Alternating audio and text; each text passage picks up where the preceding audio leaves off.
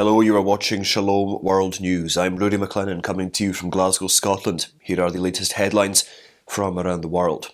In a report released by the United Nations Office of the Special Representative of the Secretary-General on Sexual Violence in Conflict, it was acknowledged that Hamas terrorists perpetrated extreme acts of sexual violence on October 7th, including rape and gang rape in at least 3 locations. Meanwhile, despite Israel's absence, Hamas and Egyptian mediators proceeded with talks in Cairo aimed at securing a ceasefire in Gaza. The discussions began on Sunday. Meanwhile, the United Nations International Children's Emergency Fund has raised the alarm over the humanitarian crisis unfolding in Gaza, particularly regarding child deaths due to malnutrition and dehydration. UNICEF, along with other international aid agencies, has appealed for access to provide assistance and prevent further suffering among Gaza's population. Pope Francis is scheduled to inaugurate the 11th edition of the 24 Hours for the Lord Lenten initiative on Friday, March the 8th at the Roman parish of San Pio Quinto. This annual event, observed in dioceses worldwide before the 4th Sunday of Lent, focuses on prayer and reconciliation and was initiated by Pope Francis at the beginning of his pontificate. The theme for this year's gathering is Walking in a New Life, inspired by Romans chapter 6. The service with the Pope will commence at 4:30 p.m. at the parish located in Rome's Aurelio district near the Vatican. Attendees who wish to partake in the sacrament of reconciliation will have the opportunity to do so, with Pope Francis himself personally hearing the confessions of several penitents. The Dicastery for Evangelization calls on all dioceses and parishes worldwide to celebrate this moment of prayer and forgiveness within their communities. The French Bishops' Conference has issued a call for fasting and prayer as the French government enshrined abortion rights in the country's constitution. On Monday, a full parliamentary vote easily surpassed the necessary constitutional threshold, officially adopting the measure. Abortion had already been legally permitted in France since 1975. In response, the French Bishops' Conference emphasised the Catholic commitment to serving life from conception to death. They urged Catholics to uphold respect for every human being and support those who choose to keep their child, even in challenging circumstances. Additionally, they emphasised the importance of surrounding those who have resorted to abortion with respect and compassion. Burkina Faso's Bishops' Conference President, Bishop Laurent Dabire, has said peace, faith and hope would be extended to those who offer bullets. In an interview with Vatican News, the Bishop of Dori expressed his Christian perspective on responding to recent terrorist attacks. The prelate brought to the attention that recent violence was not just against Christians, but also against Muslims. On February the 25th, a church and a mosque were attacked, with many being killed at each spot. The bishop said one must base their life on the gospel and nourish relationships with one another based on brotherhood, friendship and mutual help. Bishop Dabire also expressed his gratitude to Pope Francis for condemning the violence in Burkina Faso. The president of the Christian Association of Nigeria, Archbishop Daniel Oko, has urged Nigerians to persevere and rely on God amidst the hardships they are undergoing at present. Speaking at the National Prayer Day in Abuja, the prelate emphasised the importance of praying for policymakers and leaders so that they may be guided by God. Archbishop Oko also urged the government to be mindful of the needs of the people.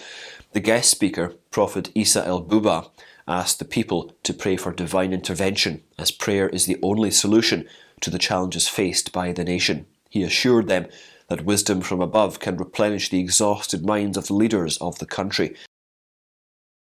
In Iraq's Ankawa Erbil district, a demonstration was organised to protest against the federal Supreme Court ruling that abolished the minority quota in the regional parliament. Representatives of several political parties and civil organisations gathered in the protest held in the Kurdistan region. On February the 21st, the Iraqi Federal Supreme Court ruled that the minority quota was unconstitutional. Following the verdict, Chaldeans, Syriacs, Assyrians, Armenians and Turkmen lost 11 quota seats in the Iraqi Kurdistan Regional Parliament. That reduced the total number of seats from 111 to 100 in the regional parliament.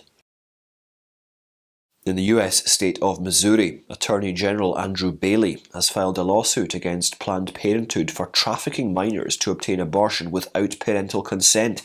In Missouri, it's illegal to aid or assist a minor in obtaining an abortion in another state without parental consent. Investigations revealed that Planned Parenthood removed minors from schools using altered doctor's notes for abortion procedures in the state of Kansas. In a statement, the Attorney General said children are the future and it was time to eradicate Planned Parenthood. He also assured that this was the beginning of the end for Planned Parenthood in Missouri.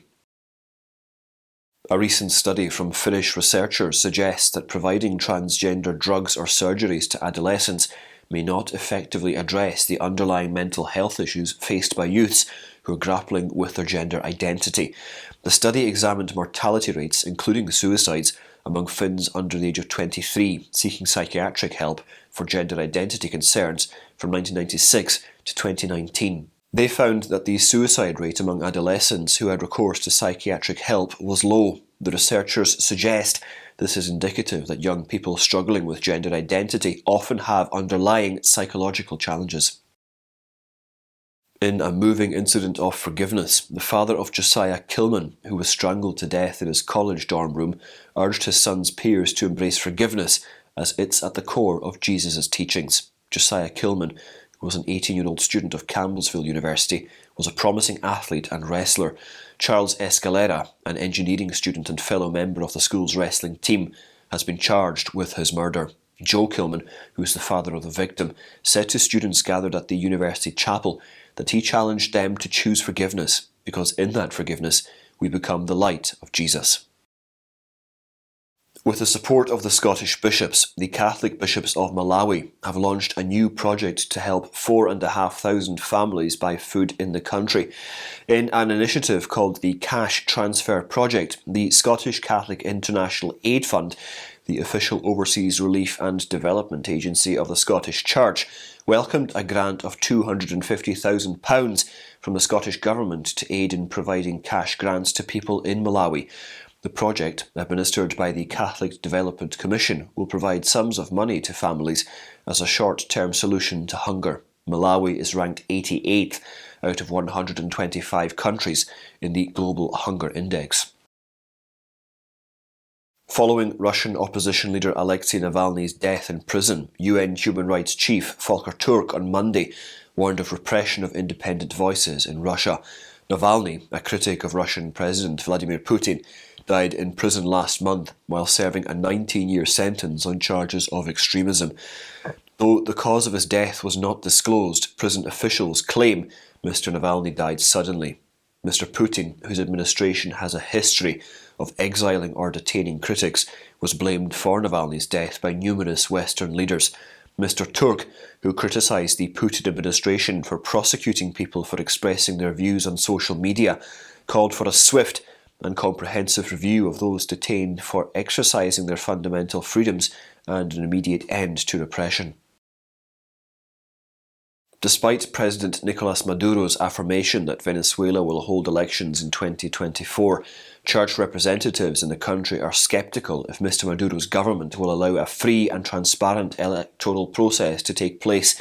Since last year, the political passions provoked by more than 2 decades of Chavismo, that being the left-wing populist philosophy associated with the late Venezuelan leader Hugo Chavez, have deepened. Maduro's regime gave concerning signs of growing repression in February, including the detention of activist Rocio San Miguel, the disqualification of candidate Maria Corina Machado, and the shutting down of the United Nations Human Rights Office in the capital Caracas.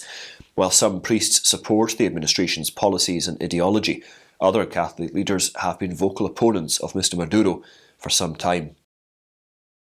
And those are your latest headlines. Do join us again next time for more. And do remember, in the meantime, you can always visit swnews.org for more updates. Shalom.